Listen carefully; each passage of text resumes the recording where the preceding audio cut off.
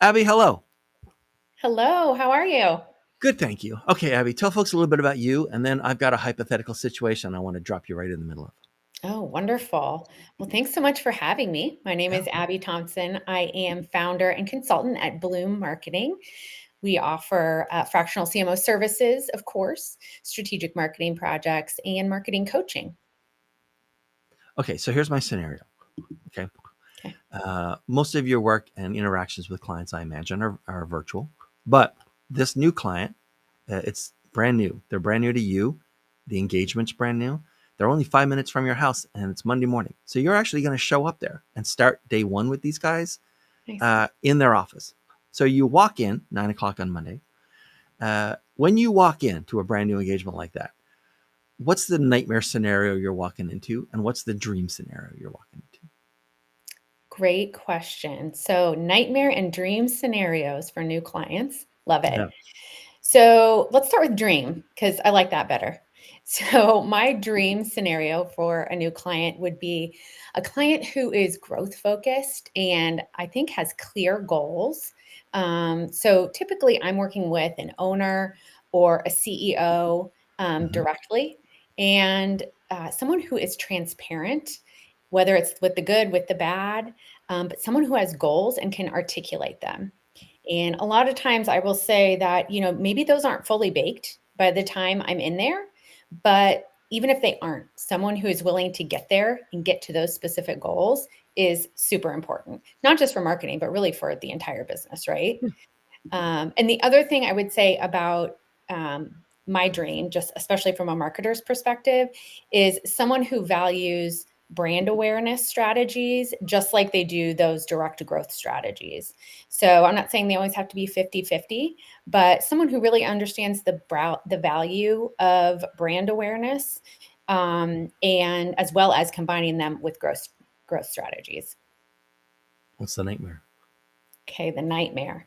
By the Night way, just I have a lot of stats from do a you? lot of guests. We've had like 300 plus guests on this podcast.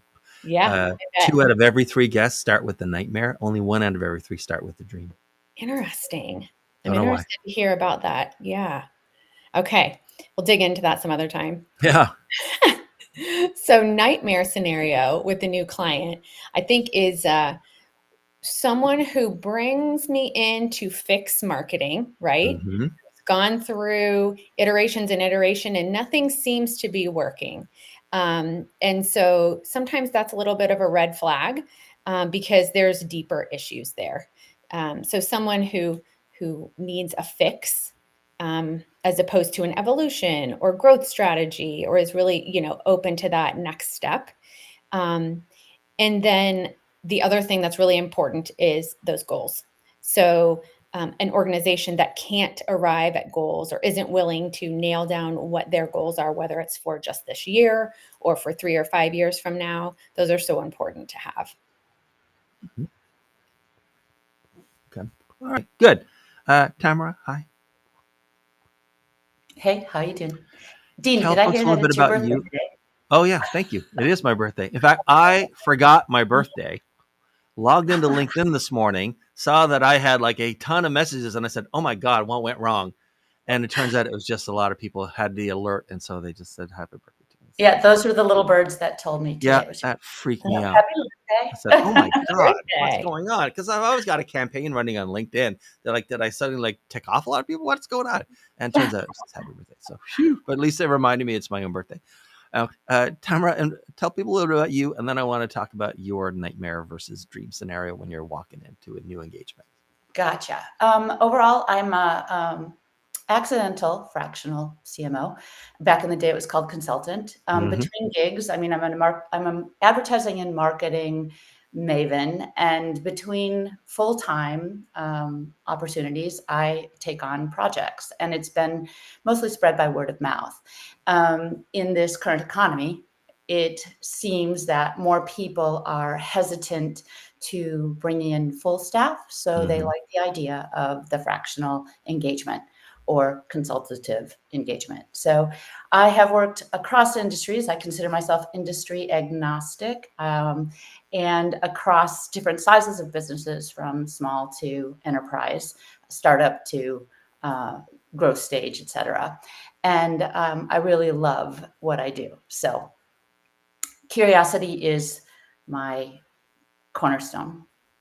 Yeah. Variety is fantastic. When it's one of the few things you can almost guarantee yourself when you're out on your own is variety. That's for sure. Yeah. That's for sure. Okay.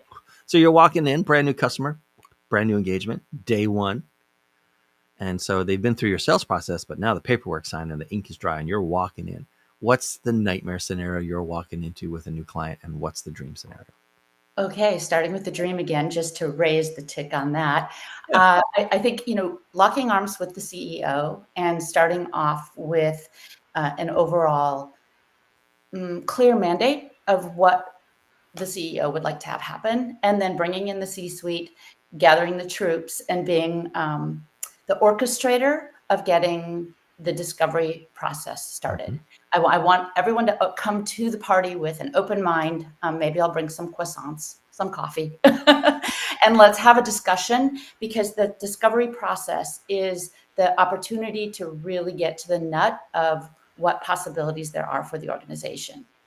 The other side of that coin is to walk in and have total chaos, a lot of conflicting and competing goals, individuals at that C-suite or executive level who are not on the same page, and they're not playing like team players, and having to deal with the underlying issues that many of these mid-sized organizations, I especially see this in, when it's family-owned or privately held. There are different nuances of relationship issues that are preventing the team from actually executing at the higher level to the edges of the organization. So walking into that, it's a little bit like therapy and babysitting first before the real discovery of the business issues can happen. Okay. All right. Now, you had a pre-existing commitment. And so these guys only get you for half a day on day one this Monday because you need to drive downtown. You're going to a big hotel because there's a big conference there and you're one of the keynote speakers. So now you get on stage. You're talking to this audience of about 250 people. All of them came out of corporate and became fractional CMOs yesterday. Suckers. So they're looking forward to their like exotic lifestyle. You know better. And so you're going to talk to this group. To them, you are like a very, very seasoned and experienced fractional CMO. Not just because you've done it for like ages, but also because you've done it for at least one day longer than they have, because they're brand new. So I'm going to walk you through 3 statements as parts of your speech. And all you have to do is finish the sentence, use as many words as you need to finish the sentence. So this audience gets it through their head what they're going to run into. Okay. All right. So Tamara, we'll start with you. You're on stage and you're saying, hey, it's great that you are brand new fractional CMO. I can tell you that as a fractional CMO starting out today, something you're going to be shocked by is the fact that most people don't even understand marketing and what it is. When you walk into an organization, so many people are thinking of marketing as the brochure, the website, the initiative, the tactical execution of some sort of message, rather than stepping back and looking at marketing as a whole. It used to be that there were 4 P's of marketing. Promotion, which is the message, the brochure, whatever, is one of those 4 P's. I think that there are actually more P's. There's also the personality, which is the overall brand. There's also the whole product and pricing thing, and getting to know the prospect or the customer. So all of these aspects have to be considered before you can come in and actually execute an initiative. So many people say, come in, get me going viral on TikTok or whatever the program is. Well, okay, that is maybe a result you would like from your marketing efforts, but you have to step back like a doctor and look at the total organism, the market environment that you're in, what you want to achieve, the 1, 3, 5-year goal. Like Wayne Gretzky said in hockey, you need to skate to where the puck is going to be. So first you have to figure out where you're going to be so that you can plan that motion, right? And all of these aspects have to come together to support that viral moment or that message that ends up being delivered, whether it's in a website, a social media environment, an email, a text, a stage, all of those things. So marketing has to step back and actually establish itself as kind of the heartbeat of the organization, knowing all of the different aspects that are important to the execution of an overall strategic plan. Okay, Tamara, staying with the same audience, talking to the same group of 250 people who are just became fractional CMOs yesterday. Finish this sentence for me as part of your speech. And what you're going to find is many clients just don't understand. Again, marketing. And the role of what the marketing organization There you does, what go. the marketing discipline does. The role of marketing is to actually unite everyone. Okay, you're a rowing team, right? And finance has got the oar in the water, and product development has the oar in the water, and the CEO is at the helm of the ship saying, everybody get your oars in the water. But everybody's going at a different tempo, a different pace, and maybe even trying to go in a different direction. Overall, what marketing needs to do is unite that effort so that the CEO can make the call and get everybody rowing at the same tempo, in the same direction, at the same time, with the same idea of where we're going to end up. So, stepping back, marketing is that engine. Marketing is that playbook. Marketing is that coach and manager of that team who hooks arms with the CEO to make sure that the CEO is successful in leading the team forward. Okay, and now some intern is trying to like signal you to get off the stage, Tamara, and they're bringing up the music. But so a little bit of time pressure. But by God, you're going to tell this audience one more thing. This audience is brand new fractional CMOs. And you're going to say this, look, they're trying to get me off stage, but I'm not leaving until I tell you one more thing. The most important thing you need to remember as a fractional CMO about getting new clients is Getting new clients is to put yourself out there and fall on the sword about what marketing really is and what your role really is. If you want me to come in and just execute a content strategy, we're going to make that the scope of work. But if you want a true, impactful, dynamic process that can bring you forward in an overall time and space continuum, then we're going to start with year one, look at what year three could be, and then year five, because one initiative standalone does not make or break a business growth pattern. all right. Good answer. All right. So Abby, we're going to go through the same scenario, but we're going to walk through it backwards. Okay. So you're on stage. You're apparently Amazon's some existential threat to my life now. So you're on stage and you've got these 250 brand new fractional CMOs just started yesterday, just popped out of corporate, right? And one thing you want to make sure they know is how they're going to get their clients. So what's your advice for helping them get clients? Sure. So, how are you going to get your clients? You're going to put yourself in rooms with decision makers. And there's lots of ways to do that. You could join networking groups. You can be part of CEO or peer group organizations. You can go to events and network. You can also network on LinkedIn or other platforms where you can sort of demonstrate your expertise, put out content that's valuable to your target audience, and kind of establish that thought leadership. There's lots of ways to do it. And I like to suggest trying them all because you never kind of know which one's going to get some traction first. But that would be what I would do, and position yourself as a strategic partner, right? So they can use you for advisory services, and not just I am a service to do a tactic. All right, then finish this sentence for me as part of your speech, right? So you guys are brand new, working with a client as a fractional CMO is different than being a CMO. Who let the dogs out? Let the dog in. And so you're talking to this audience, and it's this what you watch. This clip will go viral just because there's a dog barking in it. It's, just the way it works. It's good for you. And so finish this sentence for me as you're talking to this audience. Like what you guys are going to find. Most companies, most clients, just don't understand or grasp what Yeah, most companies and clients don't grasp that strategy and tactics are different, right? So a strategy is that overarching plan. It's built out of often a really detailed, insightful discovery session or multiple. It is built out of lots of discussion. But once you have this discovery process complete, building a strategy becomes it makes sense, right? So the result you get out of the strategy will make sense to all the participants because they will have participated in developing that. They'll understand why we're picking these strategies to achieve these goals, right? But that is different than executing on, Right. X platform, or let's do some email marketing, or whatnot.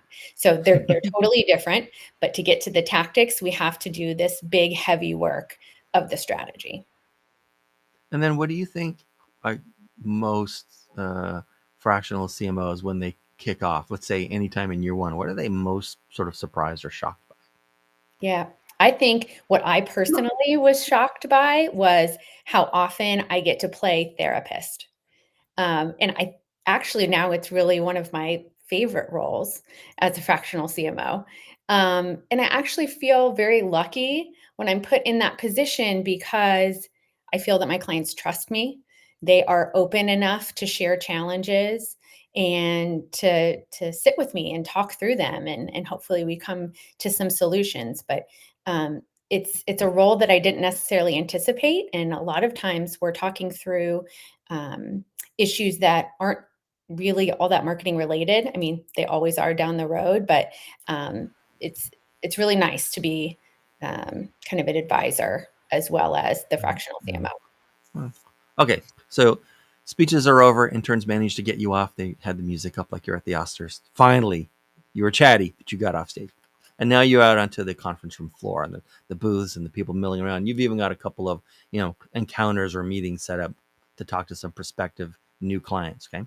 Mhm. Uh, Abby, we'll start with you for one question, and then I'm going to ask the same question to Tamara, which is this.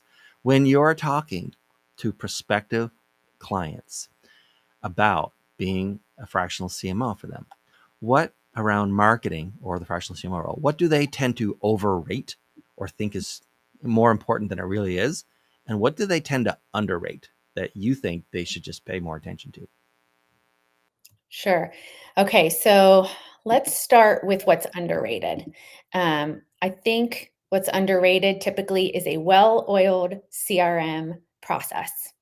And what I mean by that is you don't just have the tool, but it is part of your culture. So, and that's not just in the marketing function. Typically, so many parts of the business have to touch the CRM for the data to be accurate and effective for marketing to then use down the road. And the challenging thing is that marketing and sales tends to use the output of a lot of that data, but we need a lot of other folks like customer support or administrators or Right. project managers to touch and input that data, and they don't necessarily always see what we do with it and how important it is. So I think it's a challenge internally to get everyone, all the ducks in a row, and everyone really all the time populating this data, and understanding why it's so important. So what do Uh, they overrate? what do they overrate? That's a great question.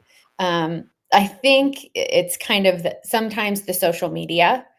I am a huge believer in organic social media content. I love it. I think there's always a focus on what content can we have go viral, or can you just make that go viral, right? Which is just not ever how it works. But really, what we want to do is put out there that consistent, valuable content, and we can't always make it go viral, right? So that's what I find is sometimes overrated. Right. And Tamara, how about you? What are prospects when you're talking to them? What do they tend to overrate? What do they tend to underrate? I think overrated are the expectations of separate initiatives and having like everything fragmented. The an initiative that is put out across all of the different touch points for an organization can be more effective if the organization stops and does the foundational work first, fully understanding the customer, fully understanding the market that they want to go after and which ones are going to be more available to them, and getting all of that laid first. I also think that people always want new. So I say to a company, when your brand messaging is boring to you, the marketplace is finally hearing it and Yeah. understanding. Don't change it. So it's like, oh, we need new colors on the website. We need this to pop. We need the logo changed. No, no. It's like Coca-Cola is Coca-Cola is Coca-Cola is Coca-Cola. You just don't want to mess with it. They tried. Didn't work well for them. Mm-mm. But so don't always be chasing the new. That's overrated. Underrated is doing the groundwork first and really laying the foundation. I mean, getting the footing in understanding the business model, the marketplace, who's there, all of those aspects. If everyone is on the same page and knowing who you're singing to, the song can be so much richer because you actually start getting connected with the potential audience, connected with the current audience, connected with the promise that the business is supposed to deliver. And then the marketing initiatives can be orchestrated across the organization in a way to deliver on that promise consistently at every touch point. So marketing actually directs what's going to happen when a customer or client is interacting with the organization at any level, calling up customer service, calling up a salesperson to get a quote or whatever. In each of those interactions, the promise of the brand or the company needs to be delivered. Okay. Then, as you're talking, Tamara, as you're talking to prospects, what's a red flag and what's a green flag that they would throw up? A red flag is I really want to get on TikTok or I Yeah. want to get on whatever. Or that they're looking at, I just grew all these audience people on social media because I Right. purchased a package. Yeah. What they're not recognizing is that they need a rich, engaged clientele. I'd rather have 100 engaged people following me Mm-hmm. than a million who don't really give a crap, you know? Mhm. And a green is, you know what? I really want to make an impact. I want my business to really change, the world. And this is how it does it. How can I bring it to the people who need it most? That kind of curiosity, that kind of willingness to serve in the marketplace is what a truly successful brand or product or service does. Mm-hmm. And Abby, how about you? When you're talking to prospective clients, what's a red flag and what's a green flag? Sure. A red flag to me is lack of goals, or lack of willingness to get to specific goals. And also sort of a group or an individual who is sort of chasing squirrels, kind of, Well, the next big thing or the next idea. And that's what I want to right. chase. And that's what we're focusing on now. And it's hard to pivot that quickly all the time. And the lack of focus makes everything hard to achieve, right? So that'd be my red flag. Green flag, someone with a focused vision, a company with a focused vision, and then someone who really sees marketing as an internal partner, a really valued part of it, of the team, and part of the organization that really helps to direct interactions, messaging, strategies for the entire organization. Right. Now, the next question, I don't have to ask it. This is the beauty of it. Right? You guys get to do all the work. Mhm. Now, part of the setup of the podcast is that guests are not matched or curated, which is to say, everyone picks their own date and time when they're going to record. The other person who's in there with you, completely random. And so, you guys are finally done with your first half day with your client, and then your keynote speech, and then you're talking to prospects on the conference floor and so on. And so now you're like getting in to go to your cars in the parking garage, right? And the only thing you know about each other is that you're each fractional CMOs. So you end up in the same elevator going down to the parking garage. And so you just you can ask the other fractional CMO any question you want about being a fractional CMO or how business is right now or whatever, anything you want, economy, I don't care.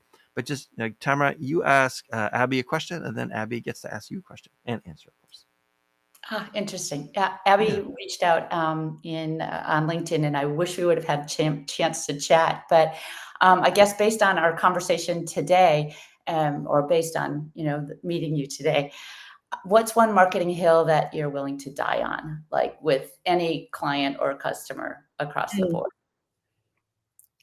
Strategy first, right? So I think it is so important to have that overarching vision and understanding of where we're going and why we're going there. And it takes a lot of work to get that strategy completed. That doesn't mean it takes an entire year, but it takes some focused work, and not just from marketing.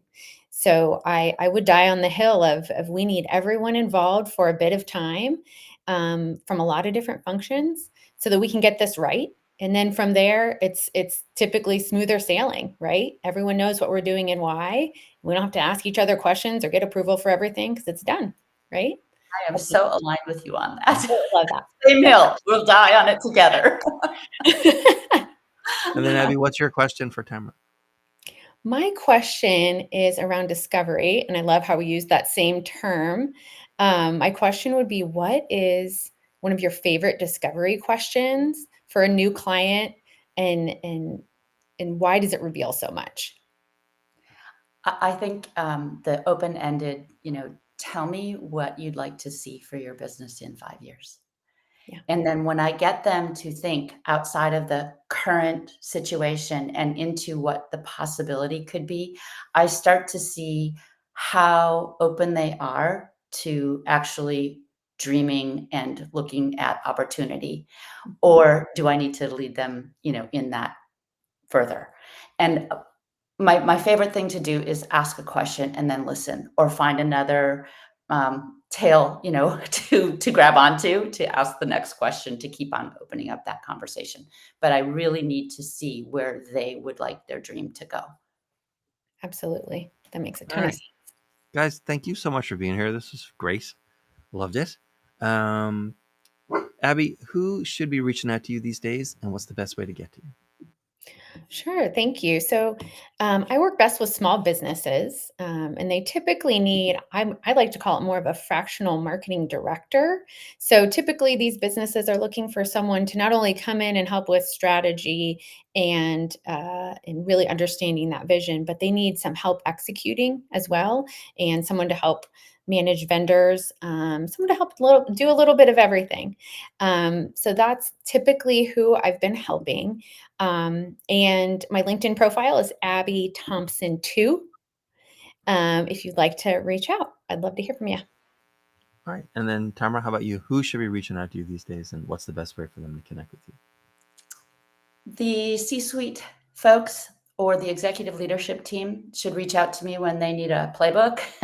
I'm the utility player manager / coach who can help bring them together and get the team playing all out for stronger success. And I am easily found on LinkedIn at Tamara Parisio. And of course, Tamara Parisio at iCloud. Just put in the subject, fractional CMO or team player. All right, thank you both for being here. This is fantastic. Thanks everyone for watching, and see everyone next time. Bye. Enjoy. Happy Thank birthday. you. Thank you.